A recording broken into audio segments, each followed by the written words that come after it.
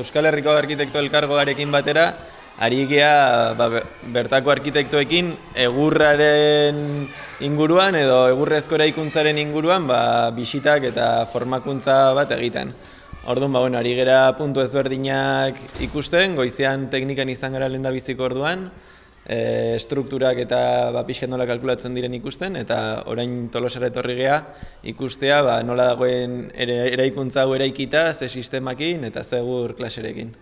Azkenean egurra material tradizionala da, baina denboran zehar nahiko abandonaturik izan duguna. Eta orain berriz ere, ari gera materiala hau berreskuratzen nolabait, eta baditu abantaila batzuk, beste materialekiko oso ezberdin egiten dituena. Alde batetikan, bertan dakagun materiala delako, gure mendietan dago, ustiatu dezakegu eta aprobetxatu dezakegu eraikuntzak egiteko. Bestalde, isolamendu termiko handiagoa dauka, beraz, egurrarekin egiten ditugun eraikuntzak, esan dezagun energetikoki, aurreztu egiten dutela, kalefazio aldetikan eta ez dugu horren beste behar. Eta bestetikan, materialak berak baditu jasangarritasunaren aldeko pauta batzuk, adibidez, zuhaitzek badakigu azten diranean, atmosferatikan CO2 hartzen dute eta oksigenoa isurtzen dute, ezta?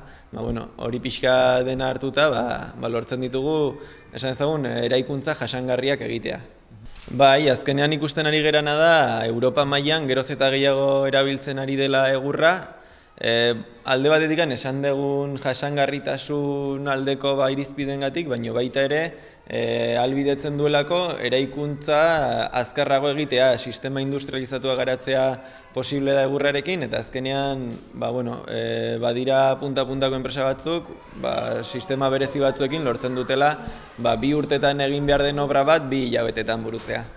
Eta hori azkenean kostu aldetikan kontrolatuagoa dago, denbora aldetikan ere errexagoa da helburuak betetzea, eta hori ari da berriro ere egurrezko eraikuntza martxan jartzen.